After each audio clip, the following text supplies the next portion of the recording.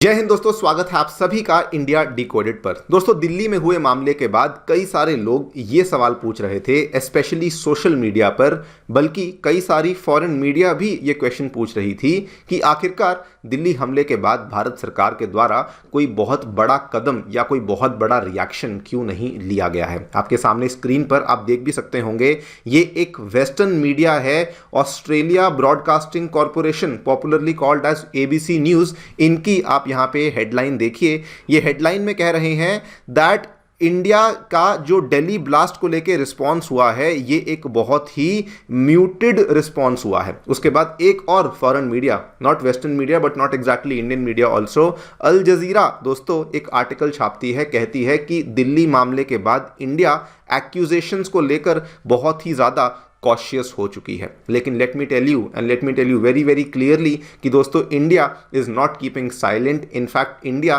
Silently चुप चुप के कुछ ना कुछ यहाँ पे काम करती जा रही है। हमारी इंटेल एजेंसीज, जिनको लेके मैं पहले भी कई चीज़ें कह चुका हूं, और वहां पर दोस्तों उनके द्वारा जो रिस्पॉन्सेज लिए जा रहे हैं वो वाकई में बहुत ज़्यादा प्रेजवर्दी हैं। नंबर 1 आपके सामने है, ये कल रात को ये खबर सामने आई थी, डेक्कन क्रॉनिकल की न्यूज़ है। इंटेल एजेंसीज के द्वारा फाइनली एंड ऑफिशियली जो हमारे ब्लास्ट के साथ जो ढाका यानी कि बांग्लादेश के जो लिंक्स हैं उनको एस्टैब्लिश कर लिया गया है। इवन दो बांग्लादेश की गवर्नमेंट एज यूजुअल कहती है नहीं हमने कुछ नहीं किया, हमारी तरफ से कोई सपोर्ट नहीं गया, लेकिन हमारी इंटेल एजेंसीज ने उस लिंक को यहां पे बिठा लिया है। वो क्या लिंकेजेस हैं, वेस्ट बंगाल का भी नाम सामने आया है, ढाका में क्या क्या हुआ था, उसका क्या लिंकेज पाकिस्तान के साथ है, वो आपको मैं आगे चल करके डिटेल में बताऊंगा। And this is not the only thing जो कि हमारी इंटेल एजेंसीज के द्वारा करी गई हैं। 2 और बड़ी डेवलपमेंट्स जो कि अगेन ऑल थैंक्स टू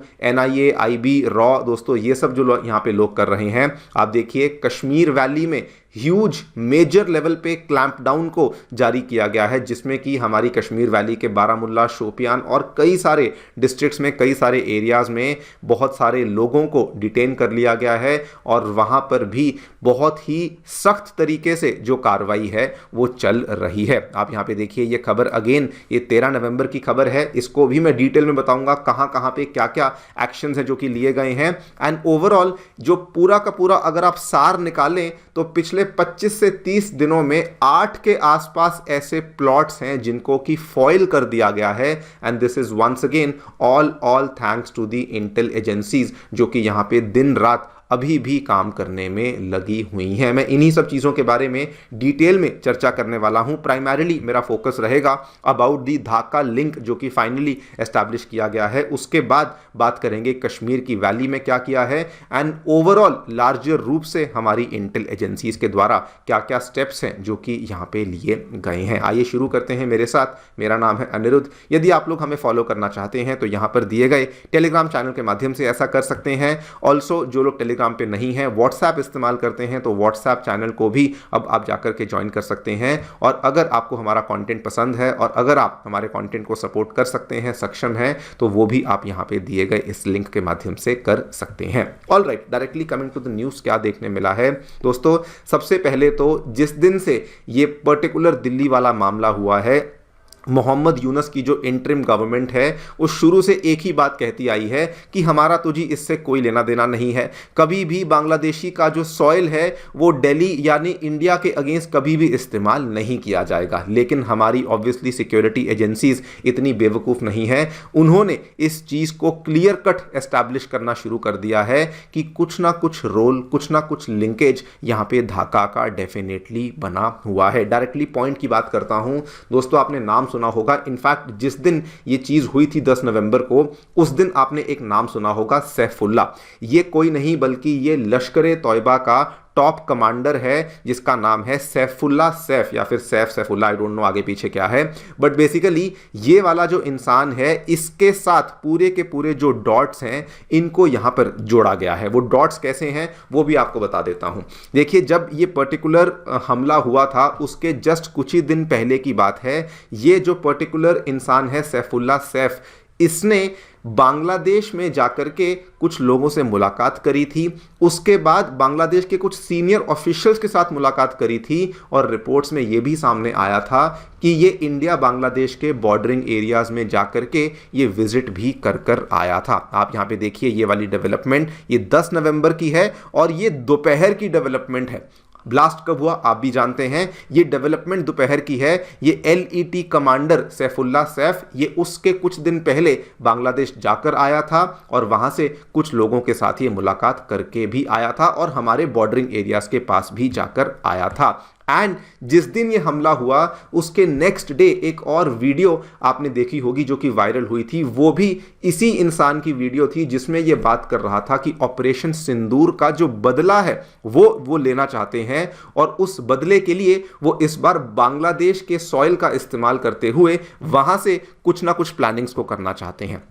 तो बस इन दोनों डॉट्स को, इन दोनों चीज़ों को यहाँ पे जोड़ा गया एंड वहीं पर हमारी इंटेलिजेंस एजेंसीज ने इन चीज़ों को कंक्लूड किया कि ये वाला जो इंसान है ये डेफिनेटली वहाँ से कुछ ना कुछ प्लानिंग कर रहा था, यानी कि ढाका का कोई ना कोई कनेक्शन हमें देखने मिल रहा था। अभी भी कनेक्शन अगर प्रॉपरली आपको समझ नहीं आया, थोड़ा और डिटेल में बताता हूँ। ये जो मीटिंग हुई थी इसमें ऑब्वियसली सैफुल्ला सैफ तो था ही, लेकिन दोस्तों ये सारे के सारे लोग थे जो कि शामिल हुए थे, जिससे कि और क्लियर कट साबित हो जाता है कि ढाका का कितना बड़ा लिंक है और कितना स्ट्रॉन्ग लिंक है जो कि इस पूरे केस में मिला है। और ये कौन से लोग थे, इसमें हिजबुल तहरीर, ये सारी की सारी ऑर्गेनाइजेशंस ऑलमोस्ट बैंड ऑर्गेनाइजेशंस थी। एटलीस्ट शेख हसीना के टाइम पे ये सारी की सारी तंजीमों को बैन किया गया था, लेकिन जब से मोहम्मद यूनस आए हैं क्या बैन क्या नहीं बैन आप भी जानते हैं। हिजबुल तहरीर, उसके बाद सैफ का राइट हैंड और जो कि वहां पे मरकाजी का सेक्रेटरी भी है, इलाही जहीर, बांग्लादेश के इंटरिम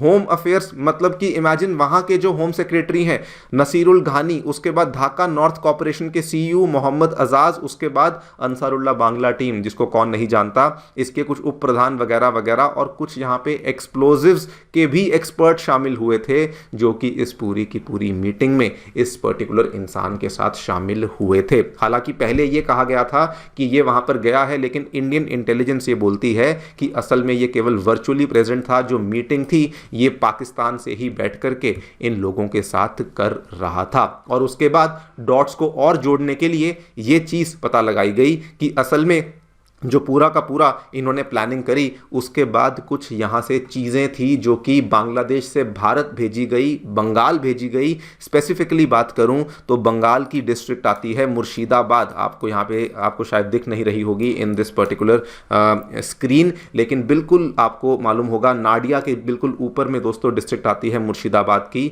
जहाँ से जो सामान था वेस्ट बंगाल बांग्लादेश से शुरू हुआ, उसके बाद मुर्शिदाबाद में आया और उसके बाद जिस पर्टिकुलर इंसान के घर पर उस सामान को लाया गया था वो भी असल में एक बांग्लादेशी नेशनल ही था। ऑब्वियसली नो वंडर वहां पे बहुत सारे बांग्लादेशी नेशनल्स हैं और उसी ऑपरेटिव के घर से आगे के ऑपरेशंस को कैरी आउट किया गया था। This is the entire connection जो कि फिलहाल हमें ढाका को लेकर एस्टैब्लिश देखने को मिला है, जो कि हमारी इंटेल एजेंसीज के द्वारा ही फिगर आउट किया गया है। And like I told you, this is not the only story जो हमें देखने मिल रही है। पिछले 30 दिनों में अगर मैं बात करूं दोस्तों, 8 के आसपास प्लॉट्स हैं जो कि फॉइल कर दिए गए हैं। पहला प्लॉट जो कि सबसे फेमस था वो तो यही वाला था, 2900 किलोग्राम ऑफ एक्सप्लोजिव्स, जो कि आप सभी जानते हैं फरीदाबाद वाला मामला, वो सारा का सारा हम जानते हैं। लेकिन उसके अलावा ये जो ऑपरेशंस थे, 40 से भी ज़्यादा ऑपरेटिव्स को अरेस्ट कर लिया गया है, जिसमें से कुछ आईसिस के, कुछ जैश के, कुछ अलकायदा के, कुछ पाकिस्तान ISI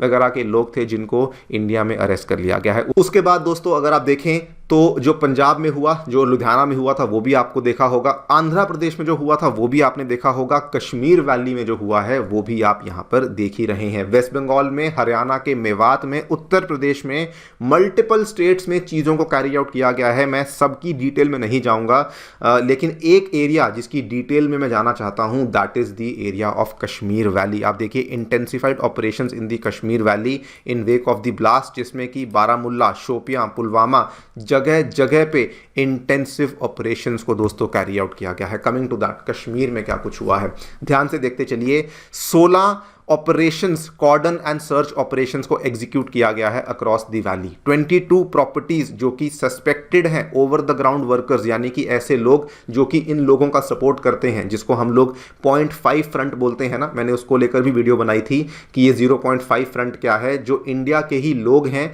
जो कि बेसिकली पाकिस्तान को कहीं ना कहीं सपोर्ट करते हैं। वो ऐसे लोग जो कि उनकी प्रॉपर्टीज थी, उनको सर्च किया गया, उनकी प्रॉपर्टीज को, उसके बाद उन लोगों को अरेस्ट किया गया under the preventive legal restrictions, 2 लोगों को डिटेन किया गया under the preventive detention law. ये सारे के सारे ऑपरेशंस कहीं और नहीं, कश्मीर की वैली में हो रहे हैं। और ये पूरा का पूरा चीज़ आपको दिखाता है कि कैसे हमारी जो इन्वेस्टिगेटिव एजेंसीज हैं, ये केवल और केवल ऐसा नहीं कि लाल किले में हुआ तो बस वहीं तक अपनी शनाख्त को सीमित रख रहे हैं। जी नहीं, ये जो पूरी की पूरी चीज़ें हो रही हैं, they are happening at various other levels also. आप देखिए, ये इस तरीके से चीज़ों को कैरी आउट किया जा रहा है। ये केवल एक रिएक्शनरी ऑपरेशंस नहीं है कि आइंदा से ऐसी चीज़ें और ना हो, उन चीज़ों का ख्याल रखते हुए ये ऑपरेशंस को कैरी आउट किया जा रहा है। एंड द बेस्ट पार्ट, ये जो चीज़ें कश्मीर में हुई हैं, यूपी में हुई हैं, वेस्ट बंगाल में हुई हैं, मेन रीज़न क्या है आप भी जानते हैं। ये जो 0.5 फ्रंट है, ये एक तरीके से स्लीपर सेल्स के थ्रू ऑपरेट करता है, एक तरीके से लॉजिस्टिकल ऑपरेशंस के थ्रू ऑपरेट करता है। उन चीज़ों को, उनकी जो रूट्स हैं, उनको ब्रेक डाउन करने की कोशिशें हमारी जो एजेंसीज हैं उनके द्वारा करी जा रही हैं। आज सुबह की ही खबरें हैं, आप देखिए, वो हमारी फेमस अल फला यूनिवर्सिटी, इसके और 3 लोगों को डिटेन कर लिया गया है। कई सारे लोगों ने तो अपने फोन्स यहां पे बंद करना शुरू कर दिए हैं कि जवाब नहीं देना, बात नहीं करनी। दिल्ली क्राइम ब्रांच ने 2 सेपरेट एफआईआर्स को फाइल किया है अगेंस्ट अल फला university for cheating and forgery. तो ये सब चीजें, कौन कहता है कि कोई कुछ नहीं कर रहा, ये आपके सामने प्रूफ दिखा रहा हूं कि इतनी सारी चीजें हैं जो कि यहां पर हो रही हैं। हर बार दोस्तों जो जवाब है वो ब्रह्मोस मिसाइल के थ्रू नहीं होता, लेकिन हर बार जो यहां पे कुछ ना कुछ जवाब है वो हमारी एजेंसीज के द्वारा किया ही जा रहा है। By the way, Dhaka link को लेकर एक और चीज आपको ऐड ऑन करना चाहूंगा। ये जब मीटिंग्स, ये सैफुल्ला जो भी इसका नाम है, जब ये मीटिंग्स कर रहा था, उसके इमीडिएटली बाद चिकन नेक को कॉर्डन ऑफ कर दिया था। इमीडिएटली बाद 3 नए आर्मी गैरिसन, वो जो छोपरा वाली न्यूज़ थी, किशनगंज में जो आर्मी गैरिसन था, धुबरी में जो आर्मी गैरिसन था, ये सारी चीज़ें क्यों करी गई? तो ये ऐसे ही थोड़ी करी जा रही थी, ये ऑब्वियसली कहीं ना कहीं कुछ हरकत थी जिसका जवाब देना था, और आफ्टर ऑल जवाब दिया भी गया। और यही चीज़ें थी जो कि वहाँ पर दोस्तों करी जा रही थी। अभी भी कहानी ख़त्म नहीं हुई है। मैं ये मानता हूँ कि lot of steps are being taken, obviously lot more steps will be taken. जो भी होगा मैं आपके सामने पर्सनली पेश करूंगा। जो भी आप लोग सोचते हैं मुझे बता सकते हैं कमेंट सेक्शन में। Thank you so much for listening, stay tuned and stay safe.